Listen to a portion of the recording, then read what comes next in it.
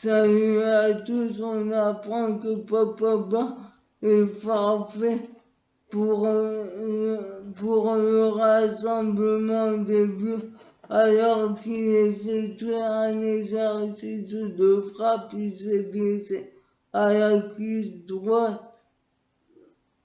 Il est remplacé par Jordan Verretou. On apprend,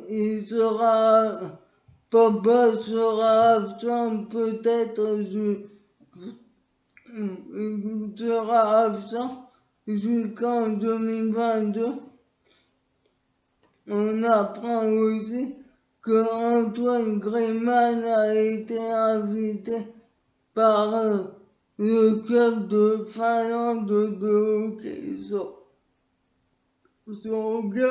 sur glace, le IFK Hacheg,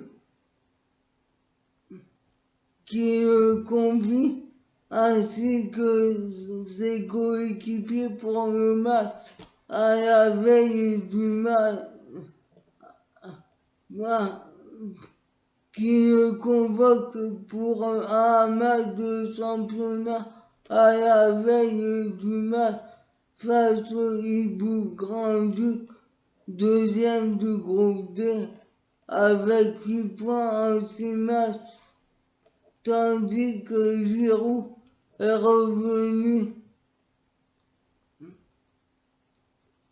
à réaffirmer sa position vis-à-vis de ce qu'il a récemment exprimé dans la presse, dans l'émission C'est à vous. Il a déclaré: je ne suis pas surpris de la question du journaliste qui jette de l'huile sur le feu. J'essaye simplement d'être honnête, de parler avec plus de franchise. Je pense ne pas être fini. Je ne pense pas m'être tiré une balle dans le pied. Je dis ce que je ressens. Qu'en pensez-vous? Moi, pour moi, il a tort. Il s'est tiré une balle dans le pied et j'ai peur qu'on ne le revoie plus. Même si Deschamps a dit qu'il pouvait s'exprimer, qu'il n'y avait pas de problème. Tandis que Pavard, qui conserve la confiance de Deschamps, qui est juste capable de s'adapter au 3-5-2, alors qu'il est loin de convaincre à ce poste. Deschamps a déclaré un profil idéal à rôle de piston. Oui, il le fait avec son club, même s'il fait partie des joueurs qui ne traversent pas une période euphorique. La différence entre un latéral dans une défense à 4 et à 3, tout dépend si on a le ballon ou pas. L'idéal, c'est d'avoir un joueur qui puisse garantir de la créativité et assurer une sécurité défensive. Benjamin est plus un défenseur qu'un joueur offensif, même si et la saison dernière aussi, avec Bayern, il jouait très haut. Il a été capable et est toujours capable de faire des pas décisifs, même de marquer quelques buts importants ou même très importants. Qu'en pensez-vous? Moi, pour moi, il a un peu tort. Pavard défend mal. Il est plutôt offensif. Je trouve, même s'il ne fait pas beaucoup de sens. Qu'en pensez-vous? Mettez des commentaires. Nous, on reste aussi sur l'impression de sa frappe face à l'Argentine lors du lors de France-Argentine en huitième de finale de Coupe du Monde. Qu'en pensez-vous? Mettez des commentaires. Et rajouter après, il y a des registres différents. Vous pouvez pas poser la même question.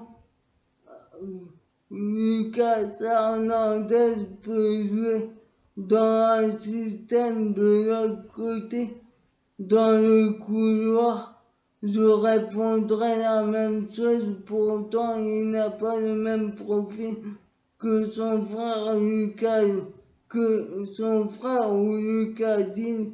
C'est un équilibre, même si on peut être amené à choisir un profil plus ou moins offensif selon l'adversaire d'un côté ou des deux.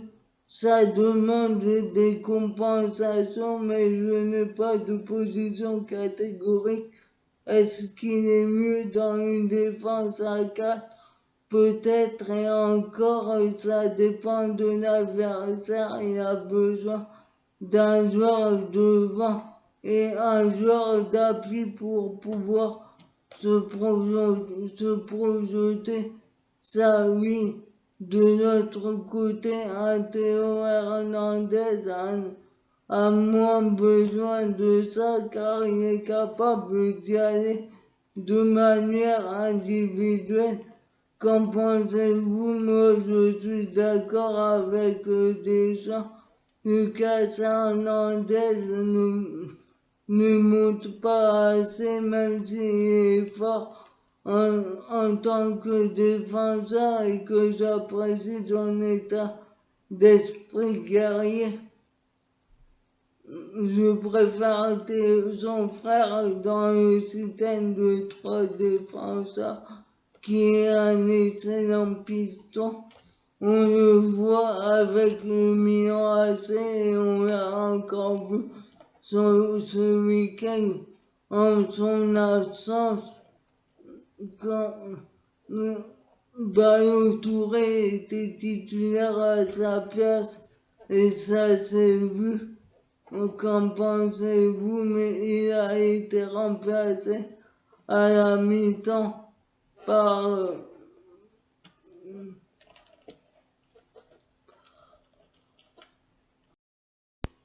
Pierre Canoulou et je ne comprends pas aussi la non-convocation de Mukele qui pour moi évolue en 3-5-2 et surtout évolue à haut niveau en Ligue des Champions.